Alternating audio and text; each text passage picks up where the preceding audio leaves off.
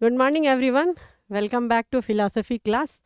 जैसे कि मैंने पिछले क्लास में स्पिनोजा के द्रव्य सिद्धांत पर, मूड्स पर परिचर्चा की है। आज मैं उनके द्रव्य के सर्वेश्वर, जो उन्होंने माना है सर्वेश्वर सब कुछ वही है, उस पर मैं परिचर्चा करूँगा। स्पिनोजा के अनुसार जो उनका ईश्वर विचार है, उनको उसे सर्वेश्वरवाद कहा जाता है। उनके अनुसार उनके दर्शन में जो उन्होंने थॉट दिया है द्रव्य को लेकर के, तो अगर आप पिछले उनके पूर्ववर्ती दार्शनिक में जाएंगे तो वहाँ ये मिलेगा कि देकार्त महोदय ने द्रव्य को दो भागों में बांटा था। एक है सापेक्ष द्रव्य और दूसरा है निरपेक्ष द्रव्य। सापेक्ष द्रव्य में उन्होंने जड़ और चेतन को रखा, जबकि निरपेक्ष द्रव्य में उन्होंने ईश्वर को रखा। यानी टोटल 3 द्रव्य माना, जिसके कारण उनको विश्व की व्याख्या करने में बहुत सारी समस्याएं आई, बहुत सारे आलोचना का सामना भी करना पड़ा। तो वहाँ जो समस्या आई, फिर जड़ और चेतन के संबंध को लेकर के उन्होंने क्रिया प्रतिक्रियावाद का संबंध दिया, सिद्धांत दिया, जिसके आधार पर वो दोनों का संबंध स्थापित करने का प्रयास किया। लेकिन वहाँ समस्याएं बनी रही और ठीक से समाधान नहीं हो पाया। अब यहाँ पर ये रहा कि जब ये समस्याएं आई जिसका समाधान नहीं हो पाया, तब जाकर के उन सभी समस्याओं का समाधान करने के लिए स्पिनोजा ने केवल एक ही द्रव्य को माना, और वो है निरपेक्ष द्रव्य। ईश्वर को उन्होंने निरपेक्ष और सर्वेश्वर द्रव्य के रूप में स्वीकार किया। स्पिनोजा का द्रव्य एक है जो कि निरपेक्ष है। सबसे पहला गुण ये कि उन्होंने निरपेक्ष क्यों कहा। उनका कहना है निरपेक्ष उस सत्ता को कहते हैं जो अपने आप में पूर्ण है और अपने सब कुछ को अपने आप में समाये हुए है, वो परिवर्तनशील नहीं है, अपने आप में ही पूरा टोटल है। उस वो निरपेक्षता का मतलब है वो अपने आप एक स्थिर है, वो बदलता नहीं है और अपने आप में परिपूर्ण है।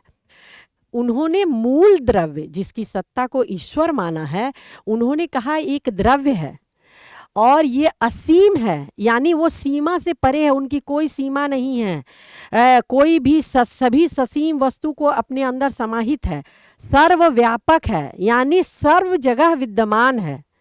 उसकी व्यापकता को एक सीमा में आप नहीं बांध सकते हैं, हर जगह हर स्थान पर है। तीसरा, उन्होंने व्यक्तित्व रहित बोला है। वो जो द्रव्य है वो व्यक्तित्व रहित है, इम्पर्सनल है। यानी व्यक्तित्व जब हम बोलते हैं तो बहुत सारी चीज़ों को वहाँ हम उसमें जो गुण है उसको सीमितता डालने का प्रयास करते हैं। लेकिन जब हम कहते हैं कि व्यक्तित्व रहित है, तो यानी कि ईश्वर एक व्यक्तिगत सीमा में नहीं है, सीमा से परे है और व्यापक है, व्यापक है, सभी गुणों से परिपूर्ण है। स्पिनोजा के अनुसार जो द्रव्य है वो शाश्वत है, यानी उसमें परिवर्तनशीलता नहीं है, वो एग्जैक्ट है, वो अपने आप में पूर्ण है। फिर उन्होंने कहा स्वयं भू है, या अपनी अर्थात द्रव्य अपनी आधार स्वयं है, अपने वो आत्मनिर्भर है, वो अपना कारण स्वयं है, वो सब कुछ का कारण है, लेकिन वह कोई उनका कारण नहीं है, वह अपने आप में पूर्ण है। उनकी भावना के लिए भी कि दूसरे की आवश्यकता नहीं होती है। उन्होंने कहा ये निश्चित रूप से ये द्रव्य सिद्धांत उन्होंने दिया वो ईश्वर ही है, और उसी ईश्वर को कहा कि वो पूर्ण होने के साथ साथ अनंत गुणों से युक्त है। कोई भी गुण उनमें डाल के आप उनको ससीम नहीं बना सकते हैं। मतलब जितने भी गुण हैं सर्वोत्तम, सब उनमें समाहित है। स्पिनोजा ने कहा है कि चूंकि मनुष्य ससीम है और अपूर्ण है, जिसके कारण ईश्वर के अनंत गुणों में से केवल 2 ही गुण को वो ग्रहण कर सकता है, जिसको कहते हैं चेतन और विस्तार। जिसमें चेतन गुण आता है वो मनुष्य के, विश्व के चेतन पदार्थ उनके विचार गुण के ही मोड्स हैं, जबकि जड़ पदार्थ उनके मैटर के गुण का मोड्स हैं। ईश्वर के अनुसार स्पिनोजा के अनुसार विश्व और ईश्वर समानार्थक है, दोनों अलग नहीं है। ईश्वर और विश्व दोनों एक ही सत्ता के भिन्न भिन्न नाम है, दोनों में अभियोज्य संबंध है, यानी उसका विभाजन नहीं हो सकता है। स्पिनोजा ने कहा कि ईश्वर विश्व में व्याप्त है और विश्व ईश्वर में व्याप्त है, यानी ईश्वर और विश्व दोनों एक ही सत्ता के भिन्न भिन्न नाम है। ईश्वर विश्वव्यापी है लेकिन विश्वातीत नहीं, मतलब ईश्वर विश्व के हर कण में व्याप्त है, विश्व से बाहर उनकी सत्ता नहीं है। अब हम सर्वेश्वरवाद की बात करते हैं तो वहां नियतिवाद आ जाता है। नियतिवाद सिद्धांत के अनुसार विश्व में सब कुछ पूर्व निर्धारित है, यानी ईश्वर ने विश्व की रचना की है और पूर्व से ही निर्धारित कर लिया है कि कब क्या कैसे होगा। Everything is determined by him earlier. जो हम सब करते हैं वो सब उसी डिटर्मिनेशन का हिस्सा है। उन्होंने यह भी कहा था कि विश्व का कोई भी प्रयोजन नहीं है, यह प्रयोजनहीन है, विश्व पूर्व नियति है। स्पिनोजा ने ईश्वर कहते हैं कि ईश्वर के लिए अपने को विश्व के माध्यम से प्रकट करना अनिवार्य है। यह ईश्वर के लिए अच्छी नहीं है कि वह अपने को विश्व के माध्यम से प्रकट करे या ना करे, उसे ऐसा करना है। स्पिनोजा इतना अधिक ईश्वर की व्याख्या करते, इतना अधिक द्रव्य की व्याख्या करते हैं कि अंत में इतना तक कह देते हैं कि ऐसा नहीं है कि ईश्वर को स्वतंत्रता है, कि मतलब ऐसा नहीं है कि ईश्वर की कोई ऐसी इच्छा है कि वो चाहे तो नहीं भी प्रकट कर, नहीं, उनको विश्व के माध्यम से अपने आप को प्रकट करना ही है, अलग से नहीं है। वो कहते हैं कि ईश्वर अपने आप को जो प्रकृति के माध्यम से अपने आप को विश्व में प्रकट करते हैं और यही उनका अनिवार्य लक्षण है। उनके अनुसार ईश्वर के समक्ष अन्य कोई सत्ता नहीं है। ईश्वर जितने भी वस्तुएं हैं सब उन्हीं की मोड्स का ही हिस्सा है, सब मोड्स है उनका, जिसको विकार उन्होंने कहा था। वो कहते हैं कि जितनी भी विश्व की वस्तुएं हैं अलग और स्वतंत्र सत्ता नहीं है, सब उसी में समाहित है, सब कुछ वही है। यहाँ पर वो कहते हैं कि जो अनेकता है या अनेक तत्वों का अस्तित्व है वो एक तत्व की वेदी पर चढ़ जाता है, सबका बलिदान हो जाता है। वो यहाँ पर समुद्र की लहरों से भी तुलना देते हैं। ईश्वर विशाल समुद्र की भांति है जिसमें तरंगे उठते और गिरते हैं, यानी सभी चीज सभी वस्तुएं मोड्स हैं और वो तरंग की भांति गिरता उठता है, सब कुछ उसी में समाहित है, उसकी अलग कोई सत्ता नहीं है। विश्व की हर चीजें तरंगों की भांति है। जिस प्रकार समुद्र में तरंगे उसमें विलीन हो जाती है, तरंग के बिना समुद्र रह सकता है लेकिन समुद्र के बिना तरंग नहीं रह सकता है, ये उनका कहना है। जिस प्रकार एक बूंद समुद्र में जाके मिल जाता है, उसी प्रकार जितने भी तत्व हैं, जितने भी वस्तुएं, ये विकार हैं, ये मोड्स हैं, सभी वो परम तत्व में समाहित हैं। वे कहते हैं कि जितनी भी सीमित वस्तुएं हैं वो सब उसमें विलीन हो जाती है। एकमात्र शुद्ध तत्ता है वो ईश्वर ही है, उसकी शुद्धता के सामने अन्य सभी की शुद्धता फीकी है। स्पिनोजा के तत्व सिद्धांत की हम तुलना शंकर के ब्रह्म तत्व से कर सकते हैं, जिसमें उन्होंने कहा कि ब्रह्म एक है, वो ही एकमात्र द्रव्य है, बाकी सब जितने कुछ है माया है, मिथ्या है। और जीव और ब्रह्म एक ही सत्ता के दो भिन्न नाम उन्होंने कहा है, लेकिन स्पिनोजा ने ऐसा नहीं कहा है। वो सिर्फ ये कहते हैं कि एब्सोल्यूट जो है बिल्कुल ब्रह्म की बिल्कुल हैं और वही सब कुछ है, परम तत्व। हालांकि शंकर ने भी परम तत्व को ही एकमात्र माना है, लेकिन वो आत्मा को उसी में लास्ट में विलीन मानते हैं। और आत्मा और ब्रह्म एक ही सत्ता के भिन्न नाम कहा, लेकिन ऐसी स्टेटमेंट स्पिनोजा ने नहीं दिया है। यहाँ पर हिगेल महोदय जब व्याख्या करते हैं तो जब वो व्याख्या करके पूरा विस्तार देते हैं, तब वो स्पिनोजा के सर्वेश्वरवाद या ईश्वर के सिद्धांत को तब वो कहते हैं कि उनका द्रव्य बिल्कुल शेर की मांद की तरह है, जिसमें सभी पद चिन्ह तो जाते हैं लेकिन कुछ भी लौट कर नहीं आता है। अब यहाँ गौर करने वाली बात यह है कि स्पिनोजा का द्रव्य कितना विशाल और व्यापक है। अब हम देखेंगे किस प्रकार ईश्वरवाद और सर्वेश्वरवाद में अंतर है। दोनों में समानता क्या है? दोनों ने ईश्वर को अनंत, असीम और एकमात्र परम तत्व माना है। दोनों ने विश्व का एकमात्र आधार ईश्वर को माना है। दोनों ने ही ईश्वर को विश्वव्यापी माना है, लेकिन इसके बावजूद भी दोनों में अंतर है। ईश्वरवाद ने ईश्वर को विश्व का उपादान कारण केवल माना है। विश्व जो है, ईश्वरवादी कहते हैं विश्व का जो उपादान कारण है वो ईश्वर है, उत्पत्ति करने वाला। लेकिन सर्वेश्वरवाद कहते हैं कि उपादान और निर्मित सब कारण ईश्वर है। सर्वेश्वरवाद कहते हैं कि ईश्वर विश्वव्यापी है, विश्वातीत नहीं है, लेकिन मतलब उनका कहना है कि विश्व में ही समाप्त हो जाते हैं, विश्व से अलग उनकी सत्ता नहीं है। लेकिन जहाँ तक ईश्वरवाद का कहना है, ईश्वरवादी कहते हैं ईश्वर विश्वव्यापी के साथ साथ विश्वातीत भी हैं, वो विश्व में ही समाहित नहीं होते हैं, उनकी सत्ता इससे बाहर है। स्पिनोजा का कहना है कि जब हम ईश्वर की बात करते हैं तो वो व्यक्तित्व रहित मानते हैं, इम्पर्सनल मानते हैं।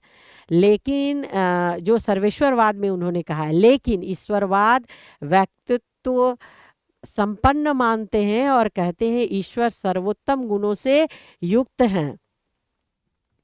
स्पिनोजा ने के अनुसार ईश्वर जो होता है वो विश्व के लिए अनिवार्य है, क्योंकि ईश्वर विश्व के माध्यम से ही अपने आप को प्रकट करते हैं। परंतु ईश्वरवादियों के अनुसार यहाँ मतभेद पैदा हो जाता है। कुछ ईश्वरवादी कहते हैं कि अपने आप को ईश्वर विश्व के माध्यम से प्रकट करते हैं, और कुछ कहते हैं नहीं, कोई ज़रूरी नहीं है कि वो अपने आप को ईश्वर के माध्यम से प्रकट करे, उसके लिए अनिवार्य नहीं है। अब सर्वेश्वरवाद के कुछ गुण हैं। सबसे पहले यह रहस्यवाद को पुष्टि करता है। हम जानते हैं कि रहस्यवादी जो धार्मिक भावना है वो बहुत ही महत्वपूर्ण है। वो ईश्वरत्व के अनुभव का इस प्रकार व्याख्या करते हैं कि एक भक्त और भगवान में जब उनका मिलन होता है, ये उपासक और उपास्य के बीच संबंध होता है, तो वो कैसा अनुभव करता है, तो बोलते हैं कि मधु से मधुर होता है। और ये भी कहते हैं कि जिस प्रकार गूंगा व्यक्ति मिठास का वर्णन नहीं कर सकता है, लेकिन वो इसका स्वाद समझता और जानता है, उसी प्रकार ईश्वर का होता है उपासक के लिए कि वो व्याख्या नहीं कर सकता है। अब यहाँ पर रहस्यवादी उपासक और उपास्य का जो द्वैत है उसको समाप्त कर देता है, यानी कि वो दूरी भक्त और भगवान की समाप्त होकर तदात्म्यता आ जाती है उसमें, और एक हो जाता है। सर्वेश्वरवाद संपूर्ण विश्व में विश्व के अंदर ही ईश्वर को मानते हैं और सभी प्राणी उसमें समाहित हो जाता है। और यहाँ पर ये कहते हैं कि उन्हें सभी वस्तुएं उसी में इस प्रकार समाहित हो जाती है जिस प्रकार बहुत सारी कीट पतंगे जब वो प्रकाश की बलिवेदी पर चढ़ जाता है, उसी प्रकार विश्व की सभी वस्तुएं ईश्वर में तिरोभव हो जाती है। वो व्याकुलता बस उसमें विलीन हो जाता है, ईश्वर के प्रेम में हर वस्तुएं। वही हाल स्पिनोजा के सर्वेश्वरवाद का है। अब उनका दृष्टिकोण थोड़ा वैज्ञानिक भी है। उनके वैज्ञानिक युग का थे, उनके दृष्टिकोण को बौद्धिक भी माना गया है। और बुद्धि का देखिएगा एक लेवल जाने के बाद वहाँ पर अनेकता जो होती है, अनेकता की भावना एकता में बलिदान कर देता है और तिरोभाव हो जाता है। सर्वेश्वरवाद एकता के आधार पर जो होता है अनेकता की व्याख्या करता है और इसके अनुसार परम सत्ता की मांग है कि जितने भी अनेकता की सत्ता है वह उनका विकार है और सभी उस बौद्धिक जिज्ञासा को शांत करता है।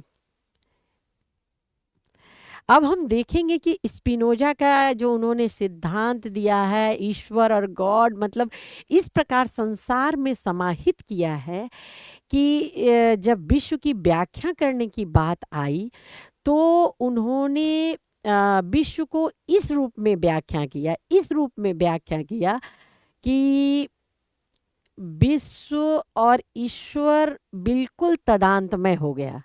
अब ऐसी स्थिति में आलोचक तो उनकी आलोचना करेंगे ही, तो देखते हैं कि आलोचकों ने सबसे पहले क्या आलोचना की है। स्पिनोजा ने कहा कि ईश्वर व्यक्तित्व रहित है। अब जो धर्मावलंबी है, जिसकी धार्मिक भावना ईश्वर के साथ अनन्य रूप से जुड़ा रहता है, यहाँ पर एक धर्मावलंबी ईश्वर से जब उपासक जब उपास्य की ओर जाता है तो वहाँ पर उसमें सर्वोत्तम गुणों से युक्त मानता है, तभी वहाँ जाता है। उसकी धार्मिक भावना उसमें भावनात्मक रूप से जुड़ता है और धार्मिक भावना के साथ उसका लगाव होता है। अब जहाँ पर कोई गुण ही नहीं रहेगा तो यहाँ पर तो भौतिक पक्ष ईश्वर के गुण का जहाँ अभाव रहेगा तो धार्मिक भावना को संतुष्ट कैसे करेगा। सर्वेश्वरवाद ने जहाँ पर साधक और साध्य है इसके अंतर को समाप्त कर दिया। विश्व और ईश्वर में अभिन्न और अभियोज्य संबंध है, धार्मिक संबंध को ये मतलब नकारता है। इसमें भक्त और भगवान के बीच दूरी रहेगी तभी धार्मिक भावना संतुष्ट हो पाएगी। दूसरा है, आलोचक कहते हैं कि इच्छा स्वतंत्रता का खंडन करते हैं। अब देखिए यहाँ पर कर्म सिद्धांत के सिद्धांत की भी आलोचना होते हैं। हम अपने कर्मों को इच्छा स्वतंत्रता से करते हैं तभी नीतिक शास्त्र के अनुसार उसके कार्यों के लिए आप उसको जिम्मेदार ठहरा सकते हैं। उत्तरदायित्व की भावना आती है। जब इच्छा स्वतंत्रता ही समाप्त हो जाए तो उत्तरदायित्व की भावना का प्रश्न ही नहीं उठता है, उत्तरदायित्व की भावना आ ही नहीं सकती है। यहाँ पर गौर करने वाली बात यह है कि जहाँ इच्छा स्वतंत्रता ही नहीं रहा फिर वहाँ नैतिकता का प्रश्न ही कैसे उठता है। अब कोई भी व्यक्ति संसार के दुखों को देखकर उससे मुक्ति पाने का प्रयास करे और उसको कहे कि पूर्व से निर्धारित है तो फिर मोक्ष का कंसेप्ट ही खत्म हो गया, कर्म सिद्धांत का कंसेप्ट ही खत्म हो गया।